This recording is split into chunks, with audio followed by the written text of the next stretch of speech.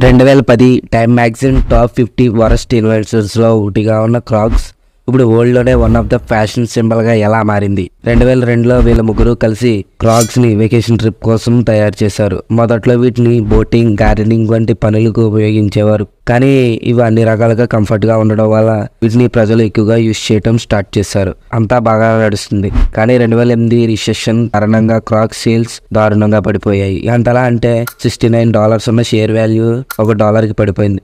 దీంతో అందరూ క్రాక్స్ పని అయిపోయింది అనుకున్నారు. కానీ వాళ్ళు అలా అనుకోలేదు. క్రాక్స్ ప్రొడ్యూస్ చేసే మొత్తం ప్రొడక్షన్ ఆపేశారు. ఓన్లీ క్లోక్స్ సెగ్మెంట్ మీద ఫోకస్ చేశారు. అలానే 2 ఫెంటాస్టిక్ కొలాబరేషన్స్ కూడా చేశారు. అవేంటంటే ఫస్ట్, క్రాక్స్ జెన్యున్గా ఇష్టపడే సెలబ్రిటీస్ చేత ప్రమోషన్స్ చేశారు. అలానే వరల్డ్లోనే పాపులర్ బ్రాండ్స్ అయిన KFC, ప్రింగిల్స్ వంటి వాటితో కూడా కొలాబరేట్ అయ్యారు. దాని తర్వాత కొన్ని సంవత్సరాలకే క్రాక్స్ ఫ్యాషన్ సెగ్మెంట్లో కంబ్యాక్ ఇచ్చింది.